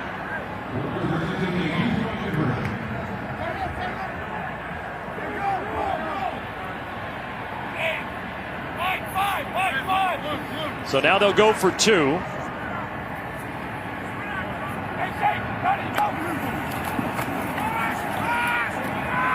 And Federal for the back of the end zone, too much. Bo Melton didn't have a chance. So the score remains 42-15. And look, I said this earlier, some people hate this phrase, moral victories, but if you're Greg Schiano, the response since halftime has been pretty good. It has, and he told us that he wanted to really find out how they lined up and matched up in the trenches, right? He said when you... Turner was there, Tverdov, Fadakasi, all 3 in the backfield. Julius Turner, slippery on the inside here. Working on Josh Myers. Look at the extension, gets under low pad level. And another tackle for loss. Can't tell you, he jumps off the tape when you watch film. He has again been all over the backfield tonight, a bright spot for this Rutgers defense. And on 2nd down at 14, nowhere to go. A 3rd down. Turner and Michael Dwumfor. Now, Dwumfor hasn't been as active tonight, but it's a pretty good interior D-line for the Scarlet Knights. Well, they just play hard. I mean, that's what I appreciate when I watch the tape, is that they play hard. And you talk about the chop wood, that's part of their mantra, their DNA, all that. But they really do. They go 100%. They play with great pad level. We mentioned Julius Turner. I mean, he's 6 foot, usually working on 6'5" linemen. It's called natural pad level. Trey Sermon lost his footing. Wasn't a whole lot of space to begin with. So on 4th down, Ohio State will have to give it back to Rutgers once again.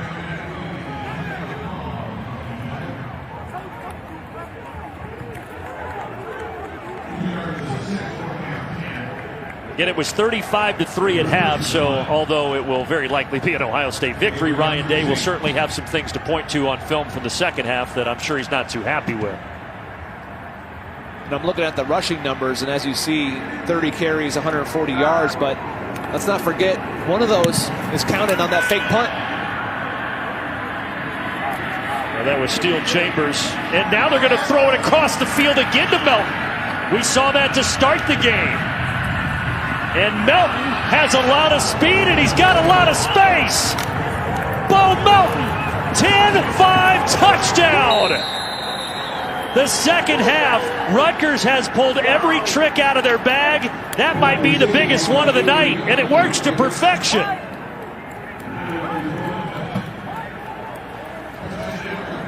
Greg Schiano pulling out all of the stops, and this is a Big Ten standout by Auto Owners Insurance. Not the prettiest pass back to Bo Melton on the trick play, but when he reverses field, you said it. He had a wall, and you see why Bo Melton, the four-star recruit back in the day, making some big plays, getting in the end zone for Rutgers. 42-21. They're going to go for two. Johnny Langan comes in at quarterback again.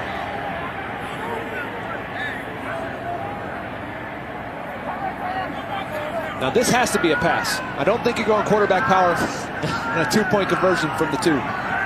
Crookshank in front. Langan fakes the run, throws, and it's picked off. Proctor. Now Proctor trying to escape out of the end zone. He can get 2 points if he takes it all the way back, but he'll only make it around the 20-yard line. But Bo Melton on the receiving end of a sensational play there on the return as he takes it back for the score.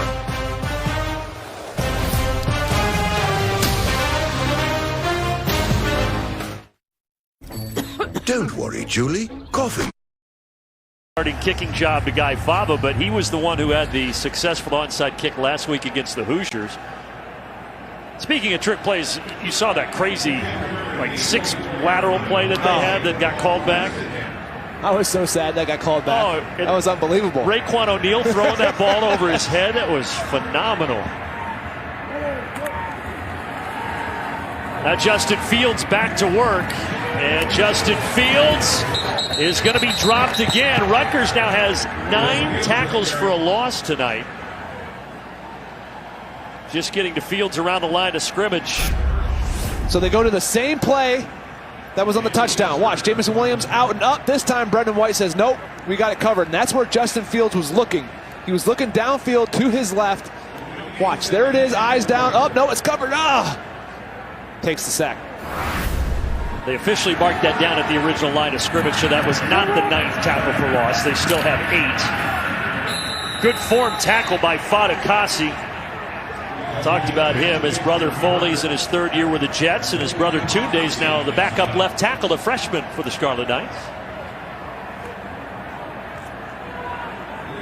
So now 3rd down. And the handoff will get him the first. Master T. Nothing fancy there. Just give it to the 225-pounder.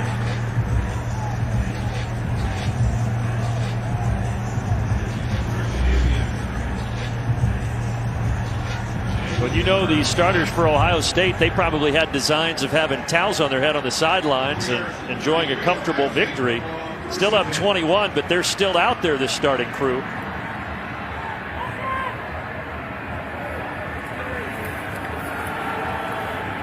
Off the play fake, Fields winds up looking for Olave, and he's got him again. Chris Olave, 2nd touchdown of the night, back-to-back 2 touchdown games for the junior from San Marcos, California.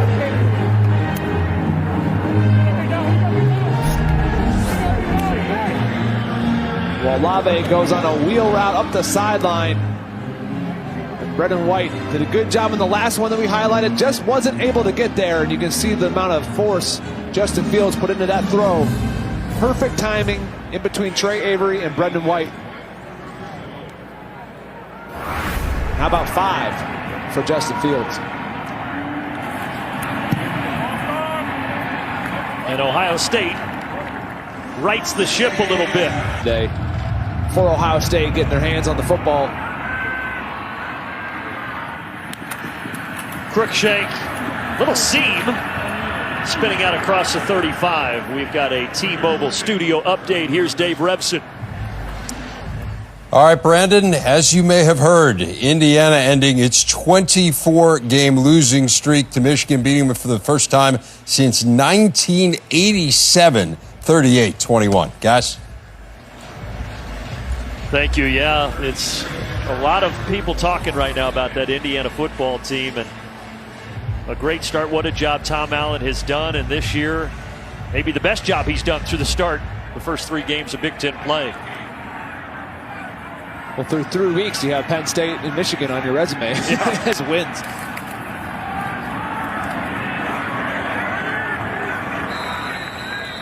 And those are 2 teams that Indiana normally just doesn't beat. They see 3-0 in the Big Ten play as we get the Big Ten storylines. Of course, Purdue and Wisconsin canceled. The game will not be made up. Kurt Ferentz gets the win today over Michigan State. And Northwestern, another team to spotlight. They're 3-0 in Big Ten play for the first time in 20 years.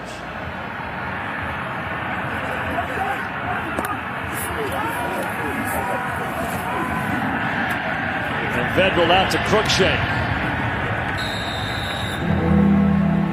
So in 2020, up is down, down is up. Northwestern and Indiana 3-0, and Ohio State, though, all is right with them. And what's impressive about Northwestern is so they played Nebraska today, who had basically had a bye week, 2 weeks to prepare for Northwestern due to their game getting canceled with Wisconsin.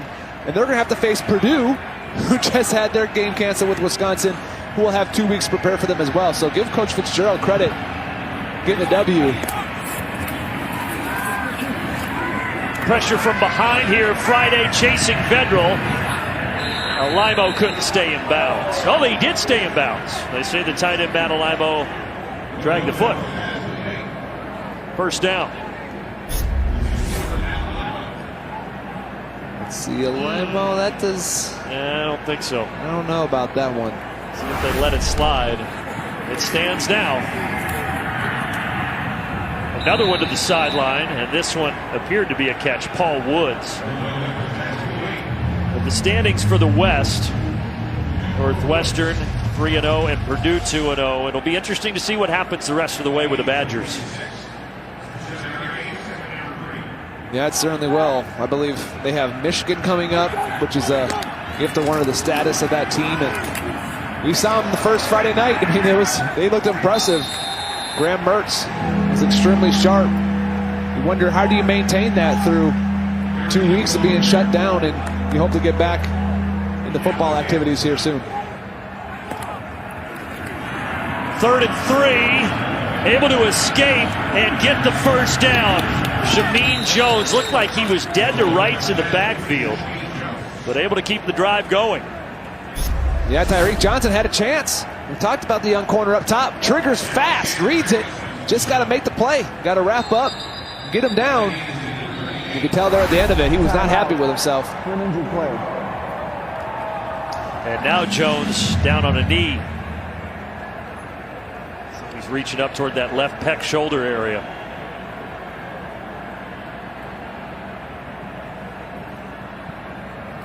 He's got 4 catches. He, Crookshank, and Melton all with 4 to lead the Rutgers receiving corps. Injury timeout in Columbus.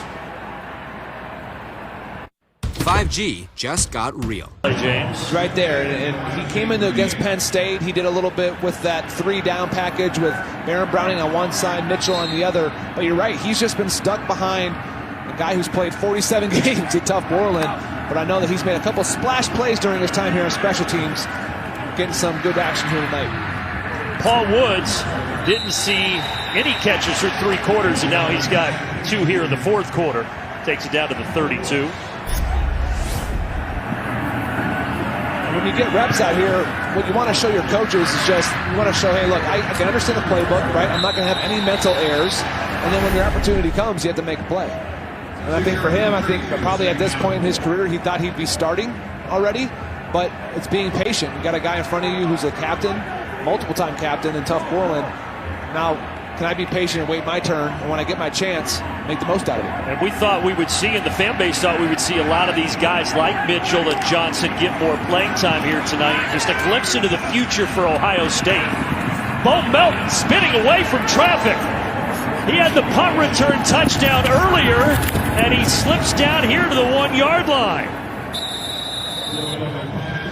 Bo Melton, they call him such a big play threat, and we've seen glimpses throughout his career. He is a dangerous receiver. We saw it last week against Indiana. He's extremely talented. We've seen it tonight. And really the run after catch is what's been the impressive thing. He likes to go across the field and showing off his speed. So Ohio State has a fast defense, no matter who's out there, and Bo Melton's showing his speed off. Well, he has 3 touchdowns this year. He only had 2 touchdowns coming into the season, did the senior. So by far off to the best start of his career. Now you got Johnny Langan back out there. Langan, and there you go. There's that quarterback power run play. Langan takes it in behind the offensive line. Big second half for Rutgers.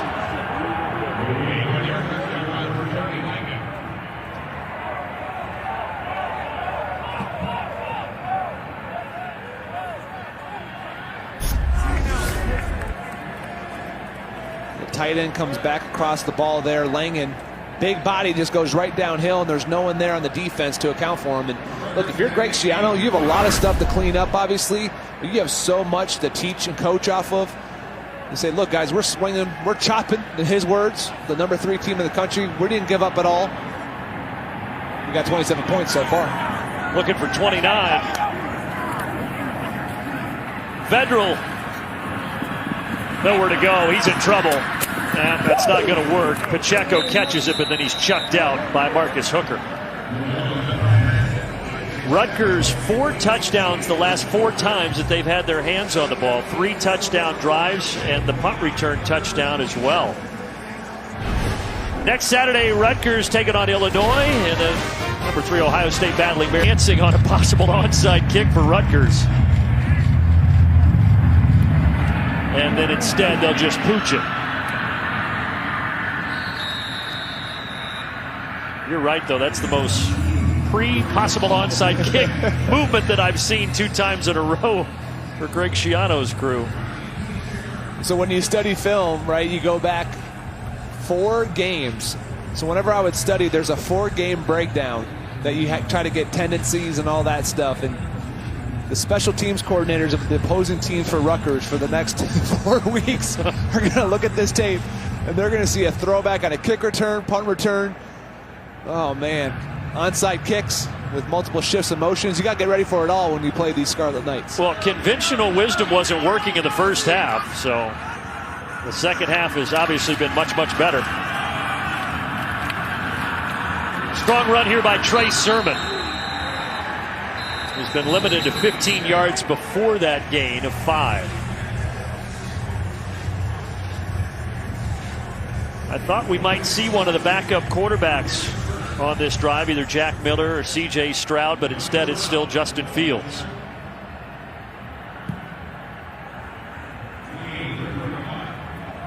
I think that says anything, more for the Rutgers program than anything, right? Ryan Day wants his starter out there to be able to eat up clock, get down the field. He doesn't want anything to go haywire. He doesn't want a backup quarterback in there dropping a snap or anything bad to happen. Now it's Sermon in the passing game, first down.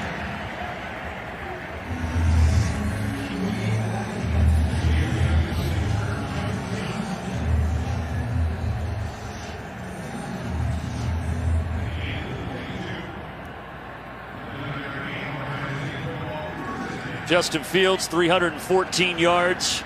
Last week, 318 and 4 touchdowns. He's got the 5 touchdown passes here this evening. You know what's remarkable, Brandon? I mean, you mentioned Justin Fields still being in, but all 5 starting offensive linemen are still in the game.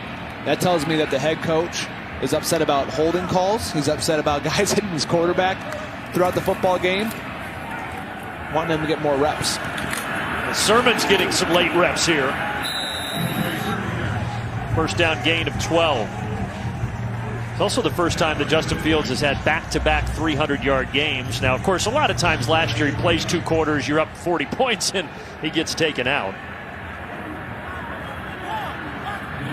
so that's the other conversation, right? How long do you keep him in because you're not happy with the way the game is going right now? Or do you keep him in because you only have so many real live game reps to have this season? These guys were working, they're sacrificing so much to try to get through this COVID season.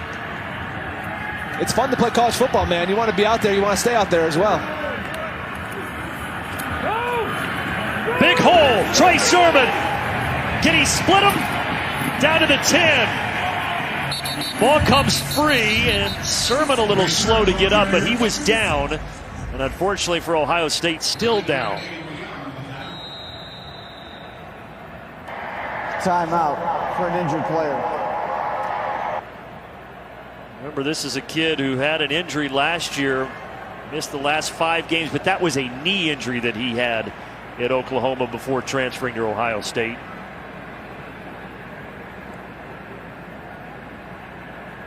Well, you're right. As he was trying to split the defenders, we mentioned the O-line. That's a giant hole to run through right there for Trey Sermon. But as he tries to split him, he comes down awkwardly here. Kind of gets bent over onto his head there, and you hope he's okay. Oh, yeah, that just looked awkward from a number of angles. Yeah, I hope he's all right. And when you think about it, that's the most explosive run that we've seen out of Trey Sermon in a Buckeye uniform. A former Sooner. Yeah, it is certainly the long, a 36-yard run. That's a good sign. Gets up, walks off. Had over 2,000 yards and 22 touchdowns in 3 years at Oklahoma. Wanted a fresh start. Worked out well because Ohio State was looking for someone on the market after the Teague and Crowley injuries.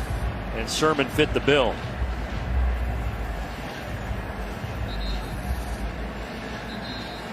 On the other sideline, Greg Schiano, he is going to coach until 000s hit the scoreboard.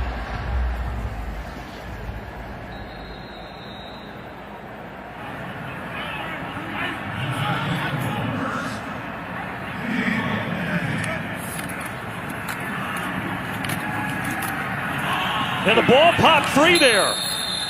And Rutgers has it.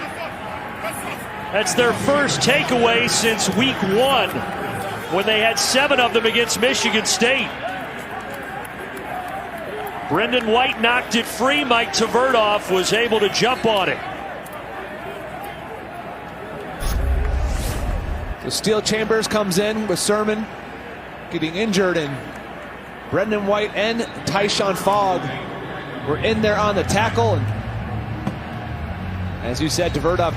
Fake punt earlier, 38 yards, but outside of that, he's been quiet, and now the fumble. Yeah, and I thought he'd see more reps tonight. You know, I thought he'd see more reps with the score being the way it was. And Trey Sermon goes out with an injury. He gets his chance, puts it on the turf. It's not going to make the head coach happy.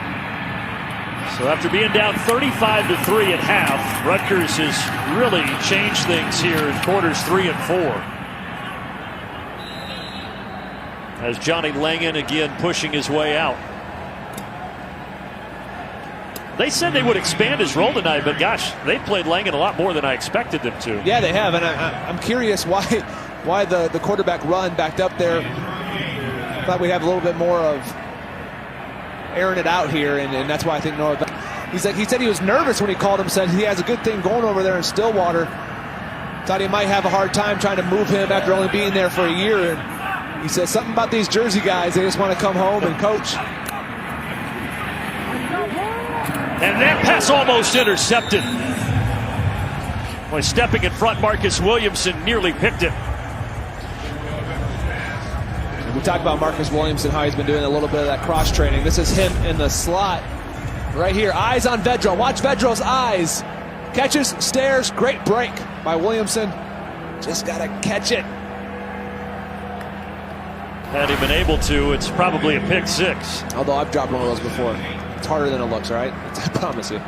I never dropped him in the backyard in Evansville, Indiana. 4th down and 2. So Sean Gleason, Greg Schiano leaving the offense out there.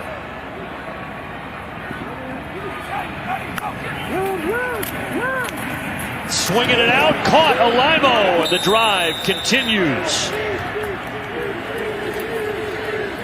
That's a tough 3rd and 2 pass going away from you on that far sideline. And Sitkowski into the game. So the guy who started 11 games as a true freshman in 2018 and really struggled. Just 4 touchdowns and 18 interceptions that year, and now he's thrust into the action late. And a great pass, but it's incomplete. Cruikshank cannot hold on.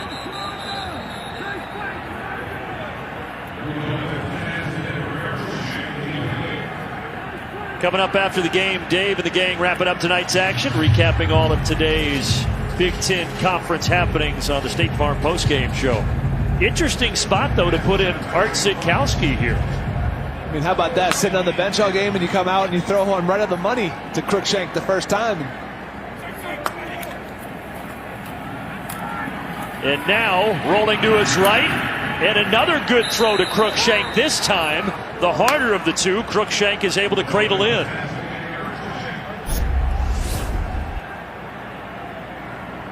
I think we've seen more of Aaron Cruikshank tonight than we have in the previous 2 games. He does a little bit of everything for him, and he's been active. Yeah, 4 catches, a couple of runs. There's Pacheco. No, but Art Sitkowski, I mentioned the 4 touchdowns and 18 interceptions as a freshman. He was highly touted out of high school. He went down to IMG Academy in Florida. He's from Old Bridge, New Jersey, and ever since that freshman year, he's trying to find his way, getting some playing time here in what could be the final drive of the 4th quarter, and throwing a couple of really nice balls. Another completion, this one to Melton. I mean, Brandon, he's actually looked really good. That throw right there over the linebacker in the zone, in rhythm, and to come off the bench, that's got to be tough when you're sitting on the sideline. Come in and try to make really accurate throws. Inside of 2 minutes, and that was a tough one off balance towards Paul Woods.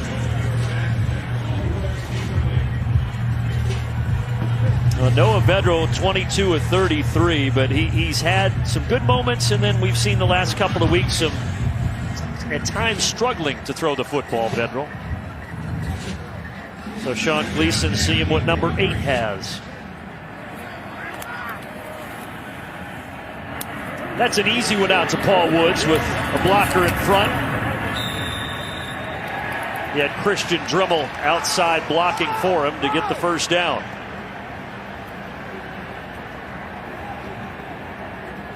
If Rutgers would score here, and look, they're not going to win, but you're down 35-3 at half, and you come out and win the second half that big here in Columbus, that would really be something. There's Pacheco dancing on the sideline.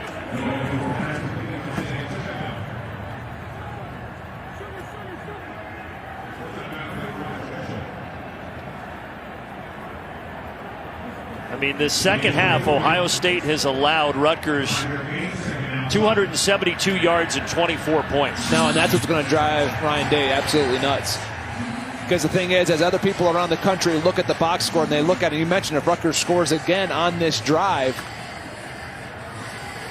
it's not a great look for the Buckeyes. Look, a win is a win this season, right? You just got to keep winning and stacking wins if you're Ohio State. But there is a ton of stuff in this game that Ryan Day is going to get after his team about. Sitkowski sees some space, sliding forward around the 30, then a little bit of a collision. Noah Potter got hit at the end of that for Ohio State. He's going to, boy, yeah, he might be in some trouble. He took a big hit from his teammate. For an injured player. It's one of those young defensive ends, a redshirt freshman.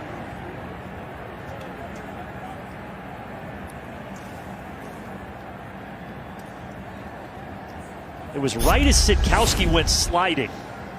These are some of the hardest plays because you can see he gets hit right in the lower left leg, it looks like. And that was Dallas Gant flying over top. Dallas Gant is running the football. He's thinking, I'm going to try to tackle Sitkowski. I don't know if he's going to slide or not. And when he does, he tries to jump over him to avoid it. And unfortunately for Noah Potter, he was right in the way. Yeah, he tried to run off and then tripped. It just obviously tender. He's in some pain. First action of the season. Snap came quickly. And Sitkowski threads the needle, but the pass is incomplete. Christian Dribble got nailed by Bryson Shaw. Timeout for an injured player. Oh, a violent collision at the 10-yard line. That is for an official in real time. Yeah. We get the benefit of slow motion, but in real time to make that decision. Sitkowski, speaking of hard hits, he gets an elbow check from Tyreek Johnson.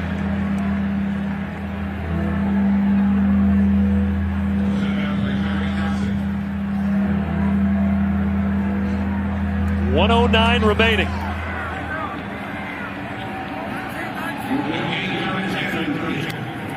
Third down and 8. Low throw. Short of the line to gain by a few yards as it's caught at the 26. First charge. Team timeout. Rutgers. 30 seconds. So obviously Rutgers is going to go for this.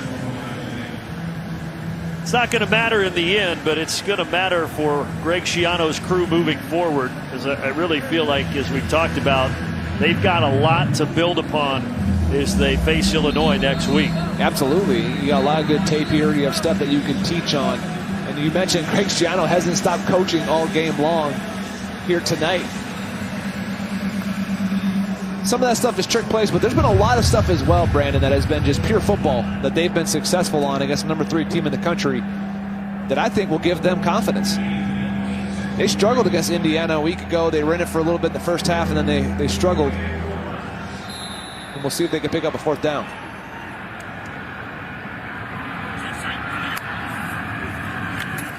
And Sitkowski with a long throw out to Aaron Young, a guy that they move around a lot. We haven't seen a ton of him tonight, but he picks up the first down catch there.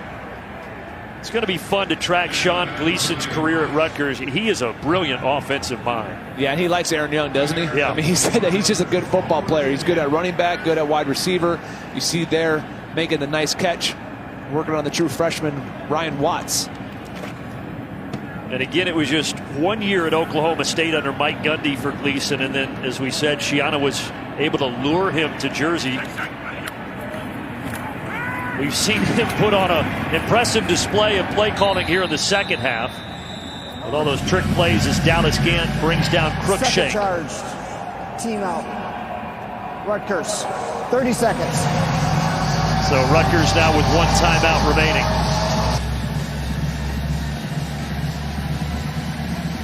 But really where Greg Schiano noticed. Game clock operator, please reset the game clock to 50 Sean seconds. Gleason was at Princeton. Information, if you will. I don't know. I'd like to see those highlights of you at that position. There's no highlights. I'd like to see the lowlights. Yeah. Burned them all. 2nd and 4. Ooh, Sitkowski had him. Paul Woods was open.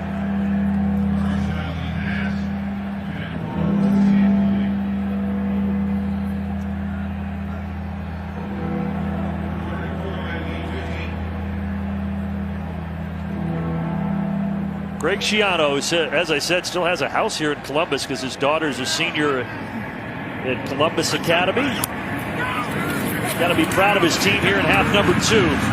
Isaiah Washington down to the 10.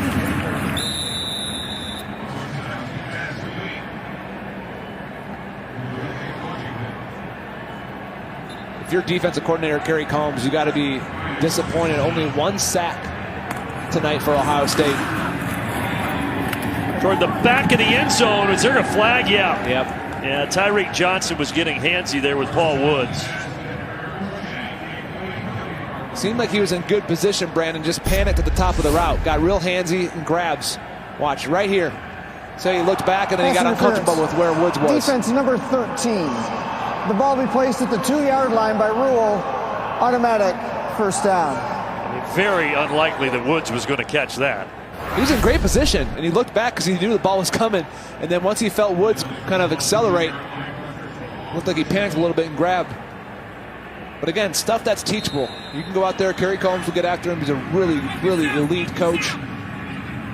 A lot of history with great secondary players coming out of Ohio State. They bring in Langan again. Crookshank is dropped around the edge. Pope was there first. Yeah, Kayvon Pope read that instantly. Taraja Mitchell as well running the football. And Greg Schiano's going to take his final timeout. Third and final. Charge team timeout. You see these guys right here. Watch these two linebackers read this out. Pope sees it. Downhill now. He gets there. He makes the play. Taraja Mitchell runs, cleans it up. Great recognition by two guys that are juniors and definitely have been waiting for their time. Thank you. To get out here and play. I mean, Kayvon Pope had an interception last year against Rutgers in that football game. He had back-to-back games. Rutgers, Maryland interceptions for Kayvon Pope. Chris? Guys, it's kind of interesting. I read an article in the week leading up to this game that suggested, well, would Ryan Day run up the score on Rutgers and his friend Greg Schiano? We're seeing kind of the opposite here. It's Rutgers trying to squeeze every second off the clock and get a last-second touchdown. Yeah, those two guys, as we talked about earlier, Chris, you documented well. Good friends. Very good friends. This ball comes free. Sitkowski had it knocked loose before the arm was coming forward, and Ohio State recovers it. Field was a fumble. Recovered by the defense. Things have gotten chippy here in the final couple of minutes, having to pull back Tyler Friday of Ohio State.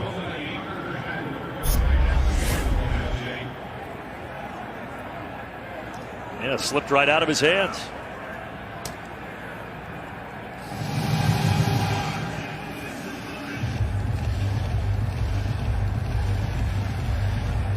No rain today. It's been dry. Beautiful day today. Low 70s in November in Columbus, Ohio. I'll take it there, Brandon.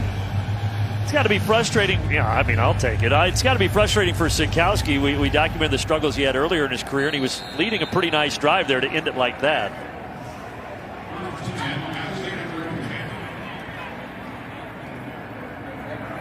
With 14 seconds left, we get C.J. Stroud entering the game. Yeah, we saw Jack Miller against Nebraska. We had not seen Stroud, the freshman from California, until this point. He's out there for one play, hands it off, and that does it. Probably not what Ohio State was expecting after leading 35-3 at halftime, but they do close out a 49-27 victory.